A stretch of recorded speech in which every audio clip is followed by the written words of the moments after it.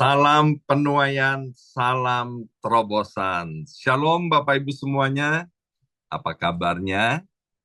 Ya, senang sekali hari ini di New York adalah hari Minggu tanggal 16 Maret 2025 jam 10 pagi lebih 20 menit. Ya, senang sekali boleh bersama-sama dengan Bapak Ibu anak-anak Tuhan yang istimewa, yang saya percaya Bapak Ibu semuanya dicintai dan dikasihi oleh Tuhan. Ya, seperti tadi yang sudah diumumkan, kita sedang ada di dalam puasa raya 40 hari dan sudah dimulai sejak 24 Februari 2025 dan besok hari Senin tanggal 17 Maret berarti kita sudah 3 minggu puasa raya ya. Dan saya lihat wajah-wajah dari Bapak Ibu sekalian semakin langsing, tapi semakin bersinar dan penuh dengan kemuliaan Tuhan. Nah, Bapak Ibu sekalian, tema besar gereja kita untuk tahun 2025 adalah Future Foresight, siap untuk menghadapi masa depan. Apapun yang terjadi di hari-hari yang akan datang, kita harus siap, Bapak Ibu sekalian. Dan subtema untuk bulan Maret ini adalah pandang ke depan. Jadi untuk kita memasuki hari-hari yang akan datang, Bapak Ibu sekalian, kita harus memandang ke depan. Bulan Januari kita sudah diajar bagaimana kita harus stay connected, tetap terhubung dengan Tuhan.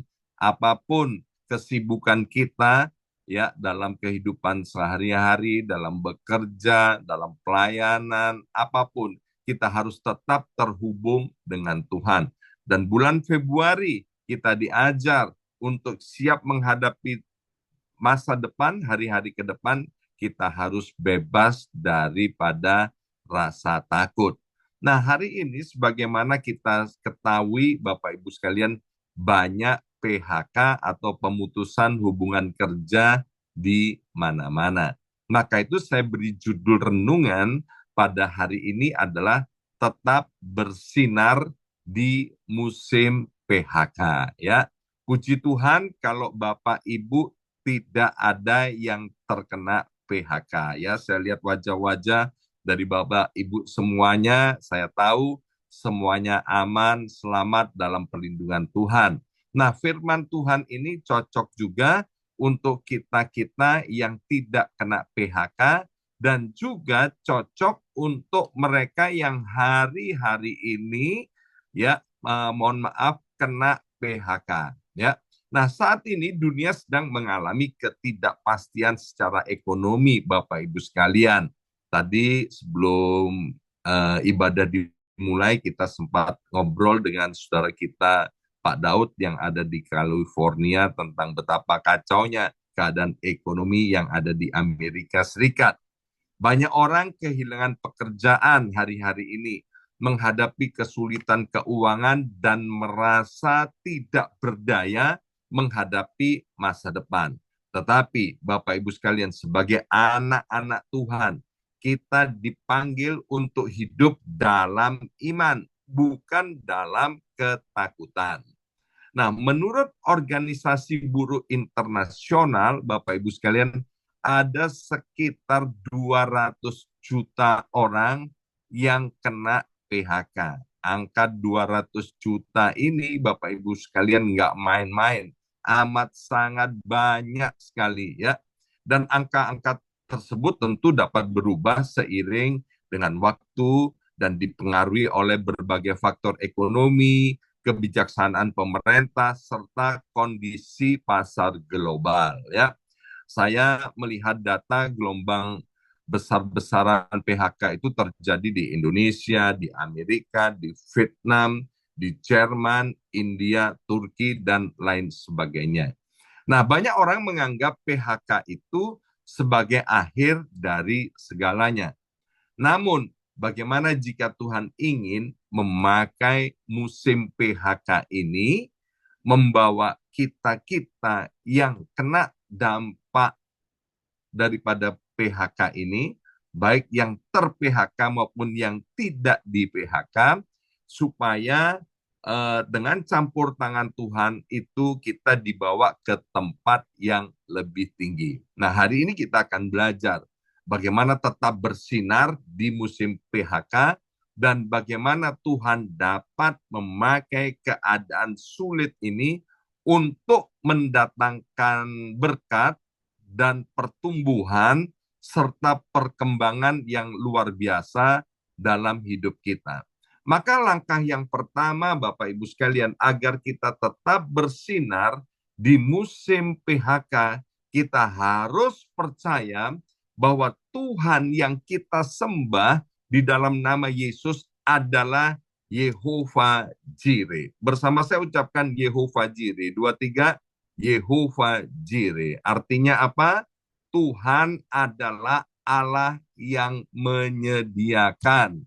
Maka itu Bapak Ibu sekalian kita harus percaya bahwa kita ini adalah anak-anak Tuhan. Kita ini dikasihi oleh Tuhan dan Tuhan sudah berkenan atas kita semua.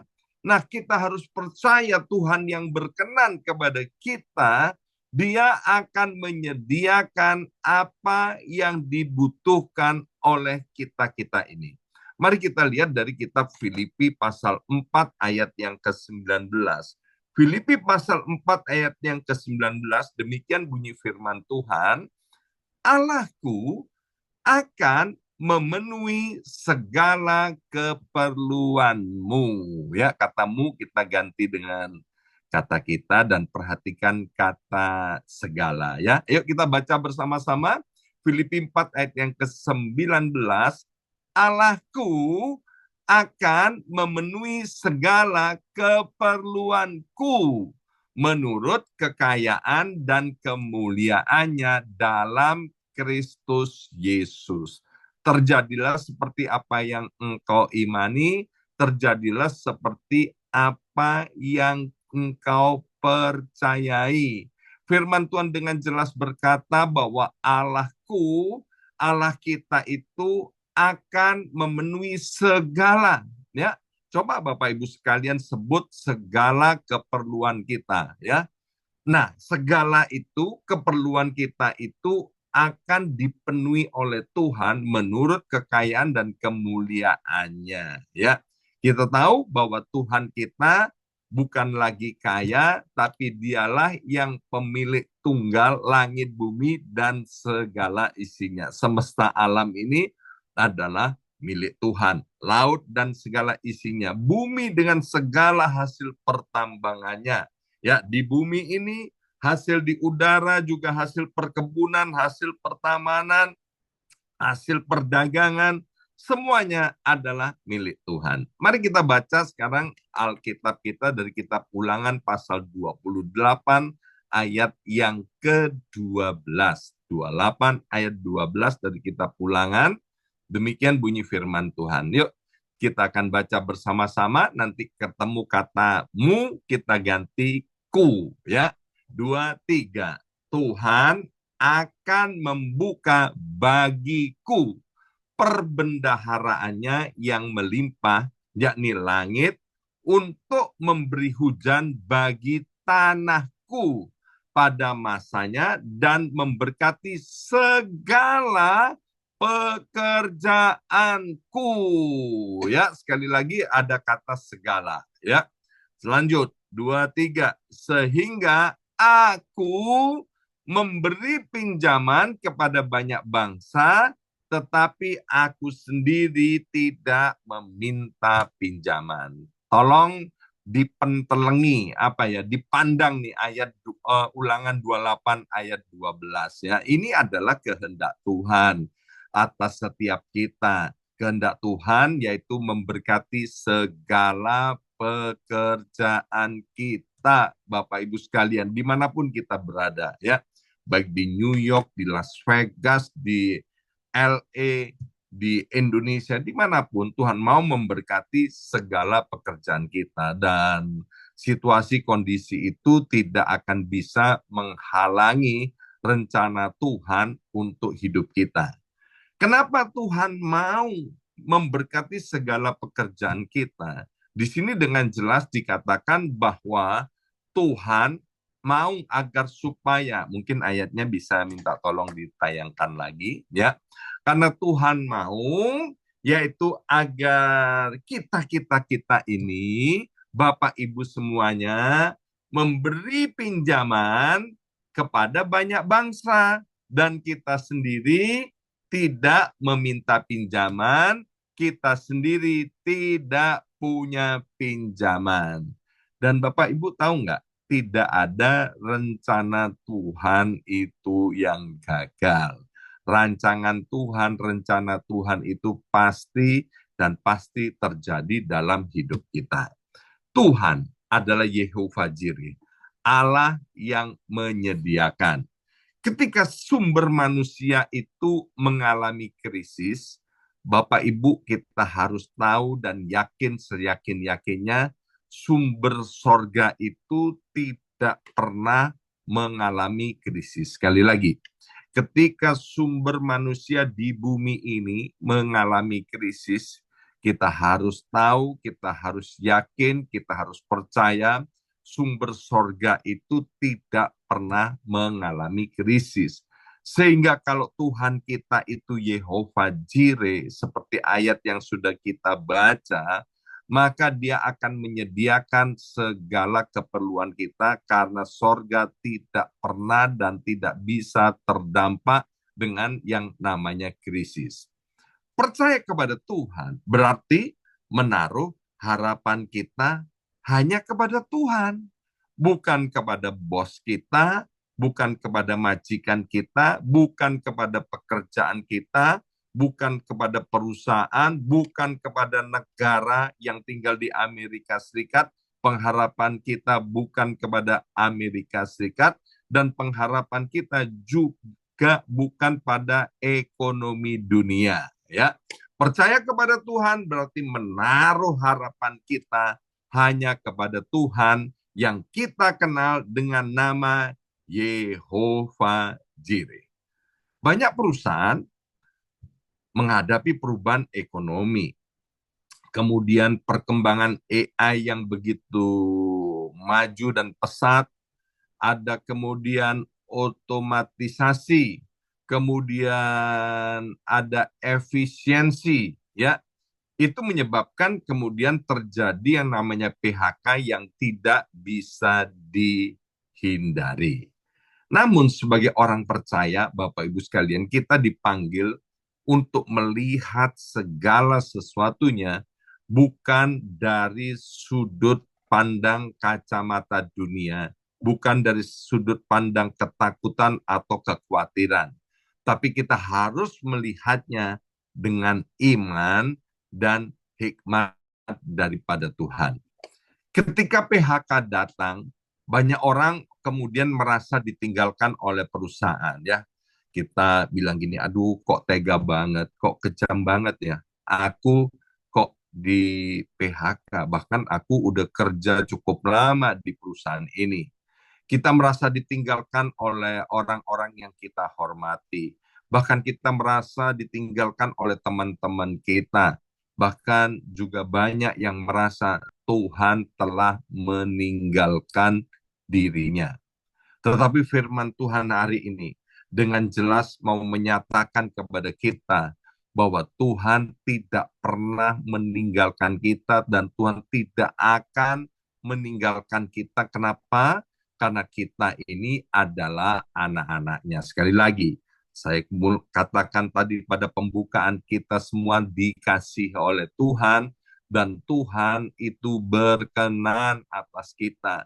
Maka itu jangan izinkan hati kita menuduh kita yang berkata bahwa kita itu tidak layak, Tuhan itu marah kepada kita, Tuhan tidak berkenan kepada kita. Itu tuduhan Bapak Ibu sekalian. Sehingga kita membuat kita takut, kita kemudian merasa hidup ini tidak berharga, sehingga kita tidak bisa maju. Ingat, saya berkali-kali katakan, Tuhan kalau sudah membawa kita sampai kepada titik hari ini, maka Tuhan sekali-kali tidak akan meninggalkan kita. Sekali lagi, tangkap ini Bapak Ibu sekalian. Kalau Tuhan sudah membawa kita sampai kepada titik hari ini, 16 Maret 2025, jam 10 pagi lebih 35 menit waktu New York. Tuhan yang sama tidak akan pernah meninggalkan kita. Ya, nah, kita tahu kisah Elia, Bapak Ibu sekalian, ketika ada krisis selama 3,5 tahun, Bapak Ibu sekalian, kelaparan terjadi di mana-mana, krisis yang hebat terjadi, PHK terjadi di mana-mana. Tapi kita lihat, Bapak Ibu sekalian, bagaimana Tuhan menyediakan apa yang dibutuhkan oleh Elia. Ya, kita tahu cara Tuhan itu unik banget. Ya, Tuhan dipelihara hidupnya melalui burung gagak. Ya, dan kemudian Sungai Kerit itu menjadi kering dan kemudian burung gagak itu tidak lagi menyuplai makanan kepada Elia. Tuhan pakai janda yang ada di Sarfat, janda yang miskin itu untuk memberi makan kepada Elia. Bahkan janda Sarfat yang miskin ini juga itu dipelihara oleh Tuhan sampai musim krisis itu berlalu. Kalau dulu Bapak Ibu sekalian, pada zaman perjanjian lama, ada banyak krisis terjadi. Elia, janda Sarfat, zamannya Abraham, zamannya Ishak itu terjadi krisis. Tuhan pelihara umatnya. Lebih-lebih kita ini, Bapak Ibu sekalian, kita itu bukan sekedar umat Allah, tapi kita itu milik kepunyaan Allah. Kita itu kesayangan Allah, kita itu anak-anaknya. Pasti Tuhan pelihara. Baik yang kena PHK maupun yang tidak kena PHK. Dengan cara Tuhan yang ajaib. Ya. Di tengah kondisi sulit, Tuhan selalu punya cara kreatif untuk memelihara umatnya. Jadi apa yang harus kita lakukan ketika musim PHK ini tidak bisa kita kendalikan, tidak bisa kita tolak, maka kita harus percaya bahwa Tuhan itu Yehova Jireh, dia pasti punya banyak cara untuk menolong kita. Masih ingat peristiwa COVID-19, Bapak Ibu sekalian, itu luar biasa serem dan menakutkan, khususnya buat kita yang tinggal di New York dan di Amerika Serikat. Tapi dengan cara yang nggak pernah kita pikir, dengan cara yang nggak pernah kita lihat, dengan cara yang tidak pernah kita dengar, ya, orang-orang dipelihara oleh Tuhan sedemikian rupa. Kita, anak-anak Tuhan di BMC New York, dipelihara oleh Tuhan sedemikian rupa. Bahkan di tengah-tengah krisis, saya mendengarkan banyak kesaksian. Mereka diberkati lebih daripada sebelum terjadi krisis.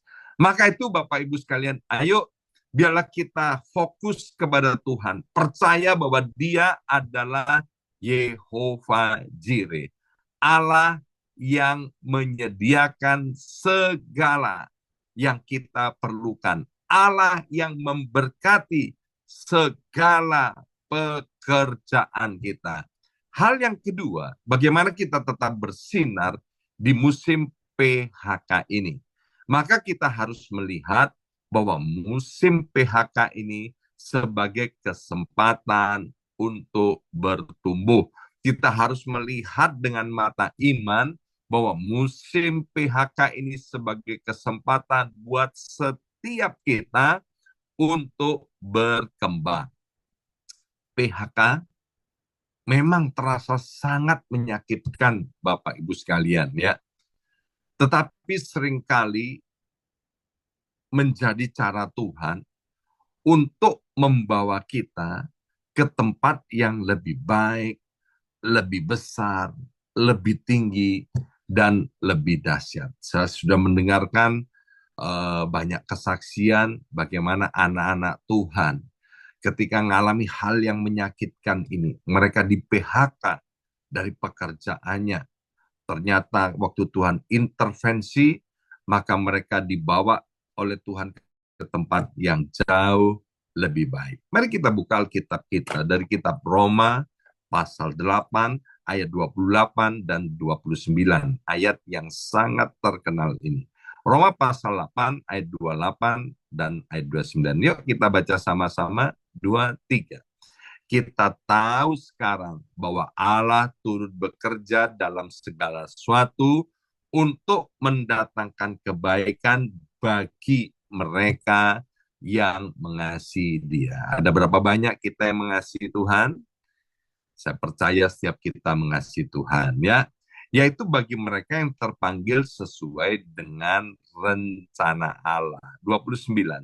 Sebab semua orang yang dipilihnya dari semula, kita-kita ini dipilih oleh Tuhan, mereka juga ditentukannya dari semula untuk menjadi serupa dengan gambar anaknya, supaya ia anaknya itu menjadi yang sulung di antara banyak saudara.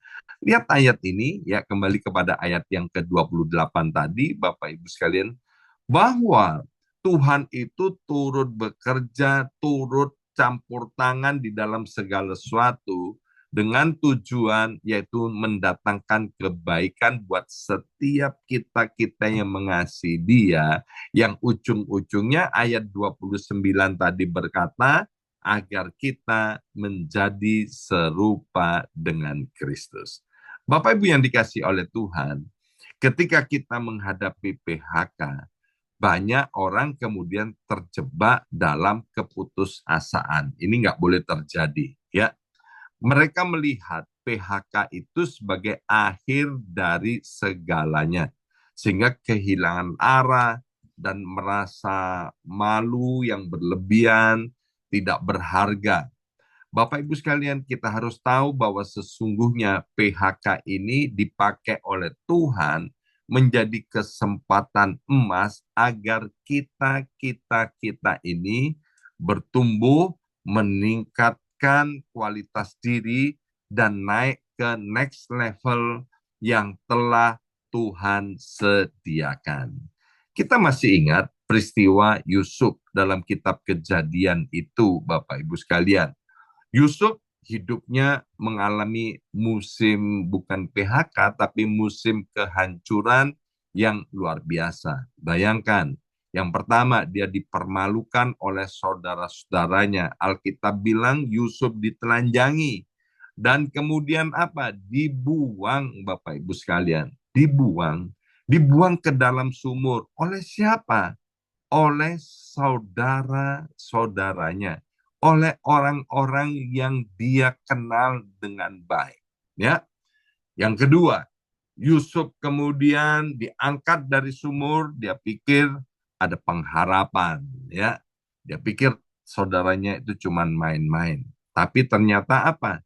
Dia dijual sebagai budak. Bapak Ibu sekalian tahu nggak, yang namanya budak itu punya kewajiban tapi tidak punya hak. Sekali lagi, budak itu hanya punya kewajiban tapi tidak punya hak. Budak itu disamakan pada zaman itu dengan benda hidup, ya, benda hidup. Jadi kalau namanya benda, boleh dibakar, boleh dibuang, boleh diinjak, boleh diperlakukan apa saja, ya. Yusuf dijual sebagai budak, kehilangan haknya, kehilangan semua kebebasannya, ya. Dan kemudian kita tahu bagaimana Yusuf ada di rumah Potifar, dan kemudian dia difitnah oleh istri Potifar dan akhirnya dipenjara. Di tengah-tengah penderitaan itu, Tuhan tidak pernah meninggalkan Yusuf.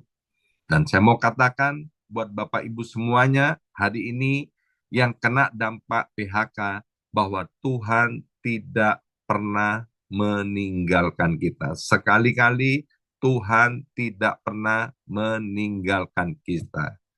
Justru Tuhan memakai segala kejadian yang terjadi dalam hidupnya Yusuf itu untuk mempertemukan Yusuf dengan Firaun dan kemudian mempromosikannya menjadi penguasa di Mesir.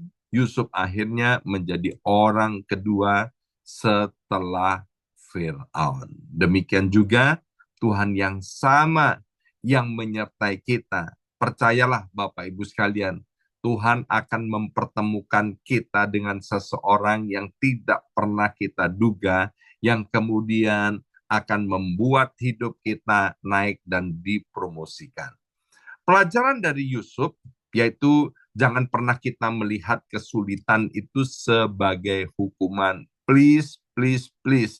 Tetapi lihatlah Bapak Ibu sekalian, musim PHK ini sebagai bagian daripada Tuhan untuk memproses, mengangkat hidup kita seperti Tuhan mengangkat hidupnya Yusuf. Kita percaya bahwa setiap pintu yang tertutup adalah kesempatan bagi Tuhan untuk membuka pintu yang lebih besar, yang lebih hebat, yang lebih dahsyat. Saya teringat dengan Bapak Pendeta Agus Lutan yang beberapa minggu yang lampau menyampaikan khotbah di dalam worship from home, ya. Kalau ada pintu yang ditutup oleh Tuhan, ya Pak Agus bilang itu karena berbahaya kalau kita masuk di dalamnya. Makanya Tuhan tutup pintu itu. Wah, itu sangat merema bagi saya. Nah, percayalah Bapak Ibu sekalian, maaf sekali lagi kalau kita kena dampak PHK, ya, Tuhan punya dan Tuhan mau membuka pintu-pintu yang lain yang aman, yang penuh berkat bagi kita. Bahkan dalam situasi sulit seperti PHK ini, seperti Roma pasal 8 ayat 28, Tuhan tetap bekerja untuk mendatangkan kebaikan buat setiap kita yang dikasihi dan mengasihi Tuhan, ya. Kolonel Sander, pendiri dari KFC, Kentucky Fried Chicken, mengalami banyak kegagalan dalam bisnisnya. Ya, dia mengalami apa itu? Pekerjaannya gagal, ya, bisnisnya bangkrut sehingga dalam usianya yang ke-65 tahun, ya, ia memiliki uang pensiunan hanya $105 per bulannya. Sedikit sekali Bapak Ibu sekalian, ya. Tapi Kolonel Sander ini tidak menyerah. Dengan mobil tua yang dia miliki ini, dia punya semangat pantang menyerah. Ayo bersama saya ucapkan semangat, semangat, semangat. 2, 3, semangat, semangat, semangat. Ya, Kolonel Sander mulai menjual resep ayam gorengnya ke restoran-restoran di Amerika. Nah, setelah lebih dari 1.000 kali ditolak. Berapa kali Bapak Ibu sekalian?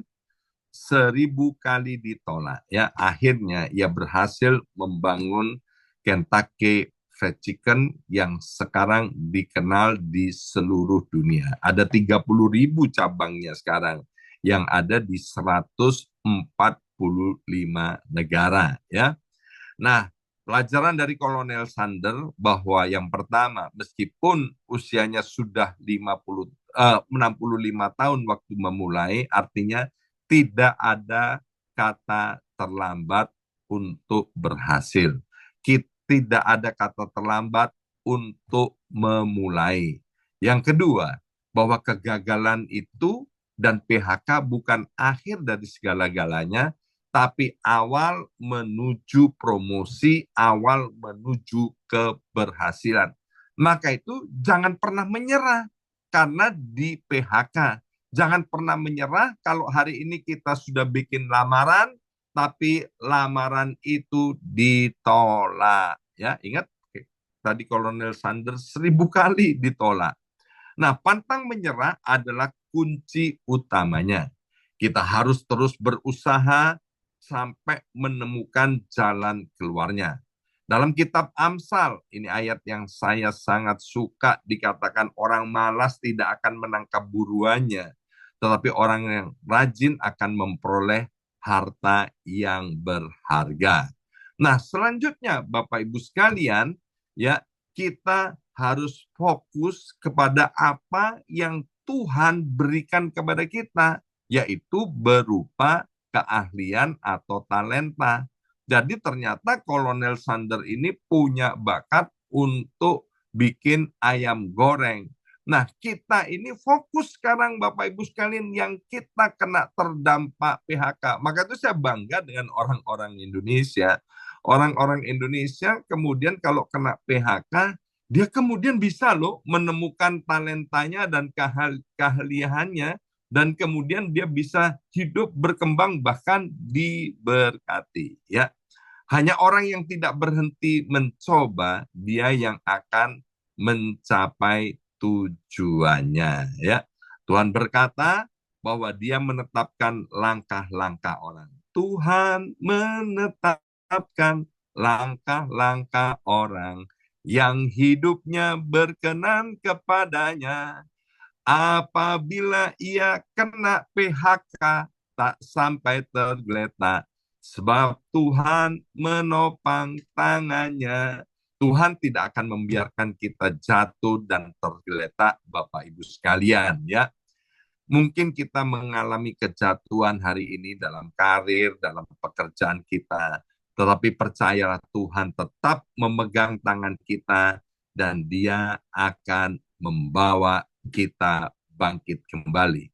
Steve Jobs, dia pernah berkata begini, orang yang sukses adalah orang yang tidak takut memulai dari nol. Sekali lagi, Steve Jobs pernah berkata, orang yang sukses adalah orang yang tidak takut memulai dari nol. Dan yang terakhir, Bapak Ibu sekalian, bagaimana kita tetap bersinar di musim PHK, maka mari Bapak Ibu sekalian, kita-kita yang beruntung, kita-kita yang tidak di PHK, bekerjalah secara ekstra mile. Ayo bersama saya baca statement ini 2-3, bekerjalah secara ekstra mile, ya. Ayat favorit saya dari Kolose pasal 3 ayat 23 dan 24. Ayo baca sama-sama 2-3. Apapun yang kamu perbuat, perbuatlah dengan segenap hatimu, seperti untuk Tuhan dan bukan untuk manusia. Kamu tahu bahwa dari Tuhanlah kamu akan menerima bagian yang ditentukan bagimu sebagai upah. Kristus adalah Tuhan dan kamu hambanya. Nah, ayat ini Bapak Ibu sekalian, Kolose pasal 3 ayat 23 dan 24 itu mau berbicara kepada kita bahwa bos, majikan yang ada di atas muka bumi itu hanyalah kepanjangan tangan Tuhan. Bapak Ibu sekalian, sesungguhnya tuannya, bos besarnya itu adalah Kristus. Dan kita yang bekerja di dalamnya itu adalah hamba-hambanya. Bos-bos di dunia ini dipakai oleh Tuhan untuk memberi upah kepada kita. Jadi upah itu sebetulnya datangnya dari Tuhan. Maka itu apapun yang kita dapat hari ini yang sedang kita kerjakan, ayo Bapak Ibu sekalian kerjakan dengan segenap hati. Kita tahu sekarang kita lakukan semua itu karena pekerjaan itu untuk Tuhan, untuk menyenangkan hati Tuhan dan untuk memuliakan nama Tuhan, ya. Bapak Ibu sekalian, Roh Kudus atau Roh Allah itu disebut sebagai Spirit of Excellence, dan Roh Kudus itu ada di dalam diri kita, Bapak Ibu sekalian. Sehingga itu yang membuat kita berbeda dengan orang-orang yang tidak percaya. Kita tahu bagaimana Sadrak, Mesak, Abednego, dan Daniel.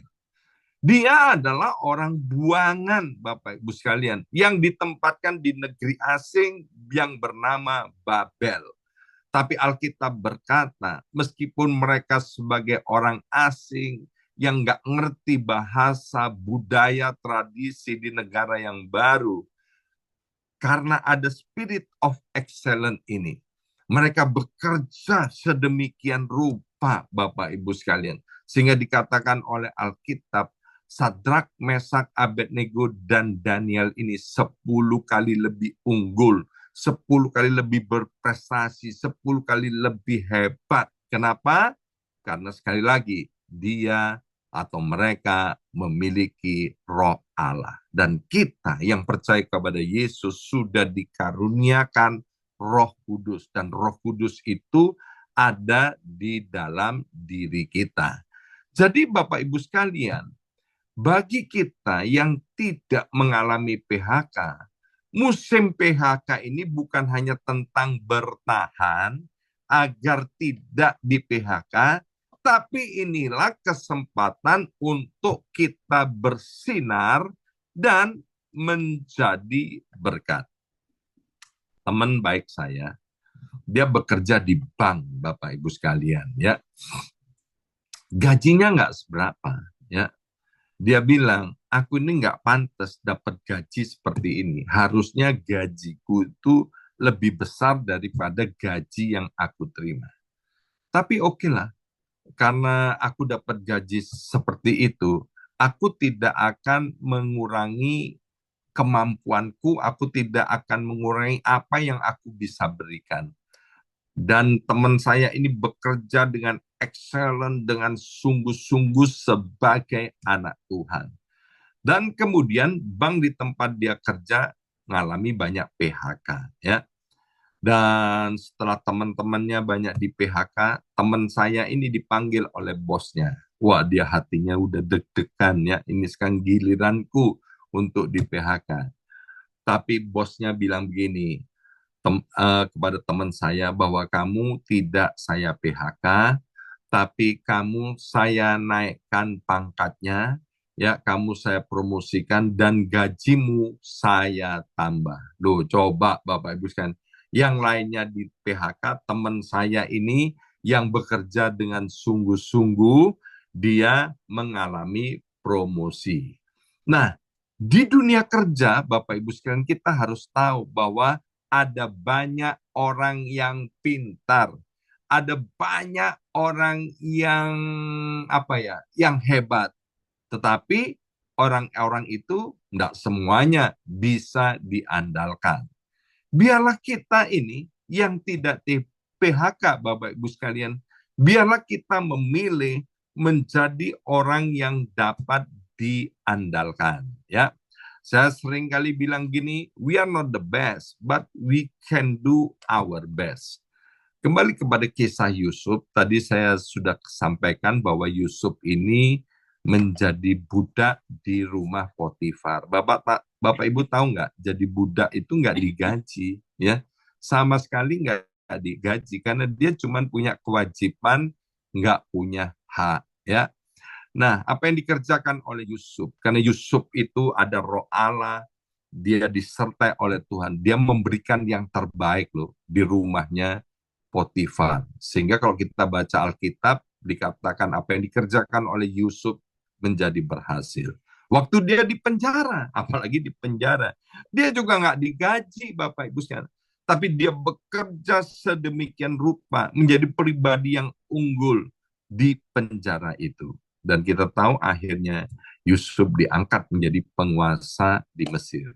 Demikian juga, ayo Bapak Ibu sekalian, kita-kita yang tidak di PHK, sekarang kita harus berbenah diri, kita bekerja lebih keras lagi, lebih sungguh-sungguh lagi, kita lebih meningkatkan prestasi kita sedemikian rupa, kita lakukan semuanya secara ekstra mile.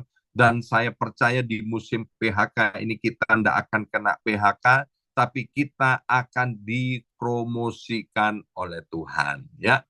Nah, hari ini kita sudah belajar 3 hal. Tetap bersinar di musim PHK. Yang pertama, kita harus percaya bahwa Tuhan adalah Yehova Jireh. Yang kedua, kita harus melihat musim PHK sebagai kesempatan untuk bertumbuh. Dan yang ketiga, bekerjalah secara ekstraman. Mari kita berdoa. Yang pertama, kami mau bawa di dalam doa untuk anak-anak-Mu yang sudah terlanjur kena PHK. Bapak, kami tahu Engkau yang akan memelihara mereka dan pemeliharaanmu lebih daripada cukup. Allah Roh Kudus, tolong saudara-saudari kami yang kena PHK ini untuk mereka dapat melihat kemampuan, kelebihan, talenta yang Tuhan sudah taruh dalam hidupnya. Dan biarlah dengan talentanya ini Tuhan, mereka mau mengembangkannya dengan pertolongan Tuhan, dan bahkan mereka mengalami yang namanya masa depan yang menakjubkan, masa depan indah, masa depan yang wonderful, lebih daripada waktu sebelum mereka kena PHK. Kami berdoa untuk anak-anakmu yang sekarang ada di dalam pekerjaannya masing-masing. Bapak, biarlah Engkau berbicara, menyadarkan bahwa ada Roh Kudus, Spirit of Excellence dalam hidup kami. Sehingga mulai hari ini kami akan terus mengeluarkan, memberikan yang terbaik, melakukan pekerjaan kami di tempat kami bekerja dengan extra mile. Sehingga di musim PHK ini kami tidak kena PHK, tapi kami justru dipromosikan dan diberkati oleh Tuhan lebih dan lebih lagi. Kalau Sadrak, Mesak, Abednego, dan Daniel, kalau Yusuf pada perjanjian lama, Tuhan promosikan lebih-lebih kami anak-anakmu ini. Kami percaya tahun ini menjadi tahun yang terbaik dalam hidup kami, lebih daripada waktu-waktu yang lampau.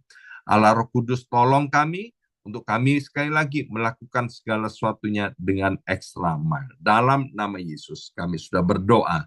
Haleluya. Amin. Amin. Amin.